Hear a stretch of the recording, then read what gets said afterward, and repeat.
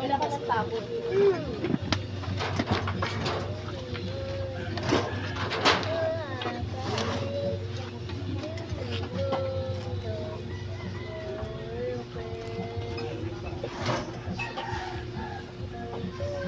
Mga idol, dito tayo ngayon, magtitimbang tayo ngayon ng sibuyas. Nagkikilo ka mo ako. Kilo. Idols. Para pagdating natin ng palengke, pagbaba na lang.